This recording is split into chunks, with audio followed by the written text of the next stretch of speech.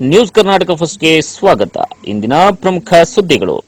ನಮಸ್ಕಾರ, ನಾನು ಅಪೂರ್ವ ರಾಘವೇಂದ್ರ. ಈ ದಿನದ ಶಿಡ್ಲಘಟ್ಟ ನ್ಯೂಸ್. ಶಿಡ್ಲಘಟ್ಟ ವಿಧಾನಸಭಾ ಕ್ಷೇತ್ರದ ಕಾಂಗ್ರೆಸ್ ಮುಖಂಡ ಎಸ್ಎನ್ ಕ್ರಿಯಾ ಟ್ರಸ್ಟ್ನ ಸಂಸ್ಥಾಪಕ ಅಧ್ಯಕ್ಷರು ಹಾಗೂ ಸಮಾಜ ಸೇವಕ ದಾನಿಗಳಾದ ಆಂಜಿನಪ್ಪ ಪುಟ್ಟೂರವರು ತೋಟದ ಮನೆಯಲ್ಲಿ ಕಾಂಗ್ರೆಸ್ ಪಕ್ಷದ ಕಾರ್ಯಕರ್ತರಿಗೆ ಔತಣಕೂಟವನ್ನು ಏರ್ಪಡಿಸಿದ್ದು, ಸುದ್ದಿ ನ್ಯೂಸ್ ಕರ್ನಾಟಕ ಒಂದರಲ್ಲಿ ವೀಕ್ಷಿಸಿ.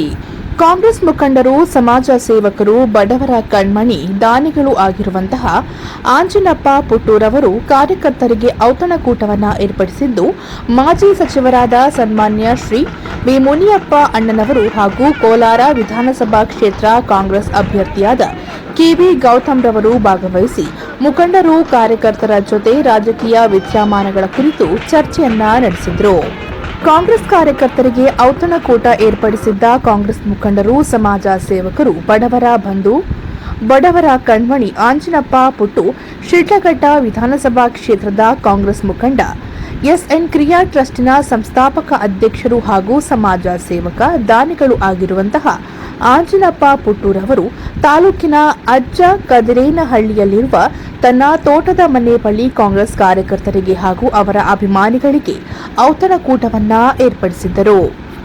ಈ ಔತಣಕೂಟಕ್ಕೆ ಸುಮಾರು ಸಾವಿರಾರು ಕಾರ್ಯಕರ್ತರು ಸೇರಿದಂತೆ ಮಾಜಿ ಮಂತ್ರಿಗಳಾದ ವಿ ಮುನಿಯಪ್ಪ, ಕೋಲಾರ ಲೋಕಸಭಾ ಕ್ಷೇತ್ರದ ಕಾಂಗ್ರೆಸ್ ಅಭ್ಯರ್ಥಿ ಕೆವಿ ಗೌತಮ್, ಚಿಕ್ಕಬಳ್ಳಾಪುರ ಜಿಲ್ಲಾ ಪಂಚಾಯಿತಿ ಮಾಜಿ ಅಧ್ಯಕ್ಷ ಸುಬ್ರಹ್ಮಣಿ ಸೇರಿದಂತೆ ಅನೇಕ ಕಾಂಗ್ರೆಸ್ ಮುಖಂಡರು, ಕಾರ್ಯಕರ್ತರು, ಆಂಜಿನಪ್ಪ ಪುಟ್ಟೂರವರ ಅಭಿಮಾನಿಗಳು ಭಾಗವಹಿಸಿದ್ದರು.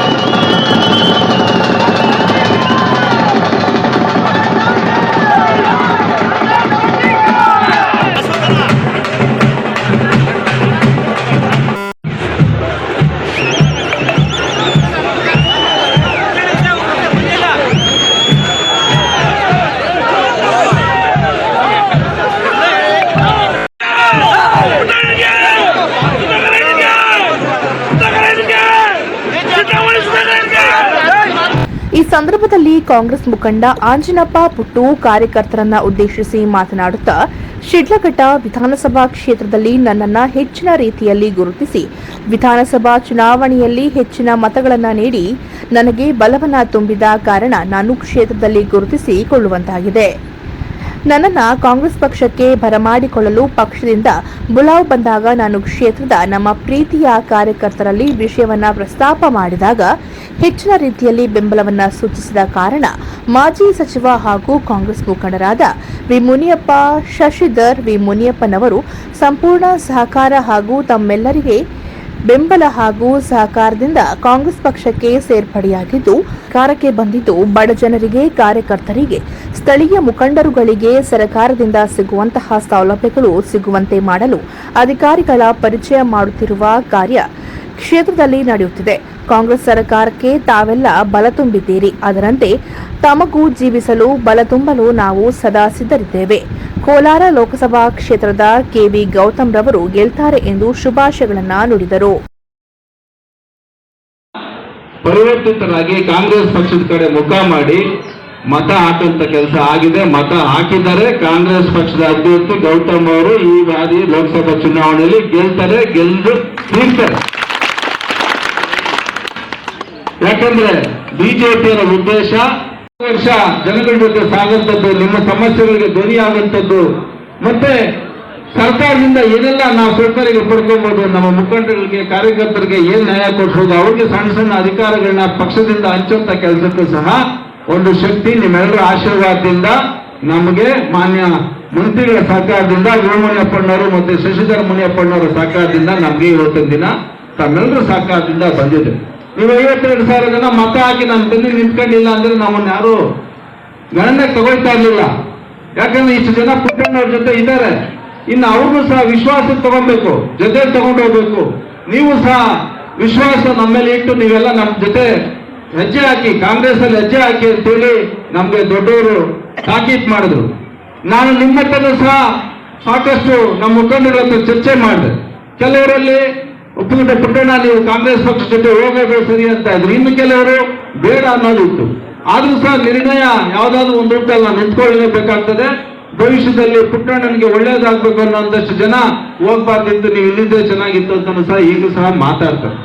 ಹಾಗೆ ನಾವೆಲ್ಲಿದ್ರು ಸಹ ಜನ ನಮ್ಮ ಮೇಲೆ ಅಭಿಮಾನ ಇಟ್ಟಿರೋಂಥವ್ರು, ನಾವು ಮಾಡಂತ ಕೆಲಸ ಕಾರ್ಯಗಳು ನಮ್ಮನ್ನ ಭವಿಷ್ಯದಲ್ಲಿ ಒಂದು ಒಳ್ಳೆಯ ದಾರಿಗೆ, ಒಳ್ಳೆಯ ಅಧಿಕಾರ ಪಡ್ಕೊಳ್ಳೋದಕ್ಕೆ ದಾರಿ ಆಗ್ತದೆ. ಆ ನಿಟ್ಟಿನಲ್ಲಿ ನಾವು ಪ್ರಾಮಾಣಿಕವಾಗಿ ಜನಸೇವೆ ಮಾಡಿದ್ರೆ, ಈ 4 ವರ್ಷ ಸೇವೆ ಮಾಡಿದ್ರೆ ಮಾತ್ರ ಮುಂದಿನ ದಿನಗಳಲ್ಲಿ ಪುಟ್ಟಣ್ಣ ಶಾಸಕರ ದಾರಿ ಆಗ್ತದೆ. ಅದು ನಿಮ್ಮ ಸಹಕಾರದಿಂದ, ನಿಮ್ಮ ಸಹಕಾರದಿಂದ. ಆಮೇಲೆ ಎಲ್ಲೂ ಸಹ ವಿಚಾರಗಳು ನಮ್ಮನ್ನು ಕೇಳಲಿಲ್ಲ, ನಮ್ಮನ್ನು ಮಾಡಲಿಲ್ಲ. ಸಾಕಷ್ಟು ಇದು ರಾಜಕೀಯ ಅಂದ್ರೆ ಇದು ಸಮುದ್ರ ಇದ್ದಂಗೆ, ಎಲ್ಲರನ್ನೂ ಪಾಲಿಸ್ಬೇಕಾಗ್ತದೆ, ಎಲ್ಲರನ್ನೂ ಸಹ ವಿಶ್ವಾಸದಿಂದ ಇರಬೇಕಾಗ್ತದೆ. ಒಬ್ಬರನ್ನು ಕೇಳಲಿಲ್ಲ ಅಂದ್ರೂ ಸಹ ನಾವು ಸಾಧನೆ ಬರ್ತೀವಿ, ಕೇಳಿದ್ರು ಸಹ ಅವರು ನಮ್ಗೆ ಅತಿರೇಕವಾಗಿ ಮಾತಾಡ. ಈ ಸಂದರ್ಭದಲ್ಲಿ ಕೋಲಾರ ಲೋಕಸಭಾ ಕ್ಷೇತ್ರದ ಕಾಂಗ್ರೆಸ್ ಅಭ್ಯರ್ಥಿ ಕೆವಿ ಗೌತಮ್ ರವರು ಮಾತನಾಡಿ, ರಾಜ್ಯದಲ್ಲಿ ಕಾಂಗ್ರೆಸ್ ಸರ್ಕಾರ 136 ಸ್ಥಾನಗಳನ್ನು ಪಡೆದು ಅಧಿಕಾರಕ್ಕೆ ಬಂದ ಮೇಲೆ ಹಿಂದಿನ ಸರ್ಕಾರಕ್ಕೆ ನಡುಕ ಉಂಟಾಗಿದ್ದು, ಇದು ಕೇಂದ್ರದಲ್ಲಿ ಇಂಡಿಯಾ ಸರ್ಕಾರ ಆಡಳಿತಕ್ಕೆ ಬರುವ ಮುನ್ಸೂಚನೆಯಾಗಿದ್ದು, ಲೋಕಸಭಾ ಚುನಾವಣೆಯಲ್ಲಿ ಕಾಂಗ್ರೆಸ್ ಪಕ್ಷಕ್ಕೆ ಹೆಚ್ಚಿನ ಸ್ಥಾನಗಳು ಬರುತ್ತದೆ ಎಂದು ಮಾತನಾಡುತ್ತಾ, ಇಂಡಿಯಾ ಸರ್ಕಾರ ಕ್ಷೇತ್ರದಲ್ಲಿ ಬರಲಿದೆ, ಈಗಾಗಲೇ ಮೋದಿಜಿಯವರಿಗೆ ಸಂಕಟ ಏರ್ಪಟ್ಟಿದೆ ಎಂದರು. ಕೇಂದ್ರದಲ್ಲಿ ಸರ್ಕಾರ ಬದಲಾವಣೆ ಆಗೋದಕ್ಕೆ ಇಲ್ಲಿಂದ ಶುರುವಾಗುತ್ತಂತೆ. ಅದೇ ರೀತಿ ಏನು ನಮಗೆ ಫಸ್ಟ್ ಇಲ್ಲಿ ರಿಸಲ್ಟು ಮೋದಿ ಸಾಹೇಬ್ರಿಗೆ ಗೊತ್ತಾಗೋಯ್ತು, ಓಹ್ ನಾನು ಉಳಿಯಲ್ಲ ಅಂತ ಹೇಳಿ. ನೀವು ಈ ನಡುವೆ ನೋಡಿದ್ರೆ ಪ್ರತಿಯೊಂದು ಸಭೆಯಲ್ಲೂ ನಾನೇನು 10 ವರ್ಷದಿಂದ ಮಾಡಿದ್ದೀನಿ ಅದ್ರ ಬಗ್ಗೆ ಮಾತಾಡ್ತಾಗ, ಇನ್ನು ಮುಂದೆ ಸರ್ಕಾರ ಅವಕಾಶ ಕೊಟ್ಟರೆ ಏನ್ ಮಾಡ್ತೀನಿ ಅದ್ರ ಬಗ್ಗೆ ಬರೀ ಹಿಂದೂ ಮುಸ್ಲಿಂ ನೀವೇನಾದ್ರೂ ಕಾಂಗ್ರೆಸ್ಗೆ ವೋಟ್ ಹಾಕಿದ್ರೆ ನಾಳೆ ದಿನ Indian team cricket team Muslims ಹಾಕ್ಬಿಡುತ್ತಂತೆ, ಅಯೋಧ್ಯೆಗೆ ಬೀಗ ಹಾಕ್ತೀವಂತೆ. ಒಬ್ಬ ಪ್ರಧಾನಿ ಒಂದು ಮಾತಾಡ್ತಾ ಇದ್ದಾರೆ ಅಂದ್ರೆ ಅವ್ರಿಗೆ ಭಯ ಶುರುವಾಗಿದೆ. ಅದಕ್ಕೆ ತಲೆ ಕೆಟ್ಟಿಂದ ಮಾತಾಡ್ತಾರೆ. ಕಾಂಗ್ರೆಸ್ ಏನು ಒಂದು ಈ 10 ವರ್ಷಗಳಲ್ಲಿ ಏನು ಬಿಜೆಪಿಗೆ ವೋಟ್ ಹಾಕಿರೋರ್ಗೆ ಒಂದು ಮಾತ್ರ ಸ್ಪಷ್ಟವಾಗಿ ಅರ್ಥ ಆಗಿದೆ, ಈ ದೇಶ ಉಳಿಸಬೇಕು, ಬೆಳೆಸಬೇಕಂದ್ರೆ ಅದು ಏನು ಕೆಲಸ ಮಾಡಿಲ್ಲ ಅಂತ ಅರ್ಥ ಮಾಡ್ಕೊಂಡು ಜನ ಇವತ್ತು ಇಂಡಿಯಾ ಬ್ಲಾಕ್ ಅಂತ ಏನ್ ಮಾಡ್ಕೊಂಡಿದ್ವಿ, ಒಕ್ಕೂಟ ಏನ್ ಮಾಡ್ಕೊಂಡಿದ್ವಿ, ಅದಕ್ಕೆ ಪ್ರತಿ ಹಂತದಲ್ಲೂ ನಮಗೆ ಅನುಕೂಲ ಮಾಡ್ಕೊಂಡು ಬರ್ತದೆ. ಜನಕ್ಕೆ ಅರ್ಥ ಆಗಿದೆ, ಗೊತ್ತು ಈ ದೇಶ ಉಳಿಬೇಕಂದ್ರೆ ಕಾಂಗ್ರೆಸ್ ಇರಬೇಕು ಅಂತ ಹೇಳಿ ಕಾಂಗ್ರೆಸ್ ಇಂದನೇ ಈ ದೇಶ ಅಂತ ನಾನು ಕೇಳ್ಕೊಳ್ತಾ ಇದ್ದೀನಿ. ನ್ಯೂಸ್ ಕರ್ನಾಟಕ 1 ಚಿಕ್ಕಬಳ್ಳಾಪುರ ವರದಿ ಎಂಆರ್ ನಾಗರಾಜು, ಜೆ ವೆಂಕಟಾಪುರ.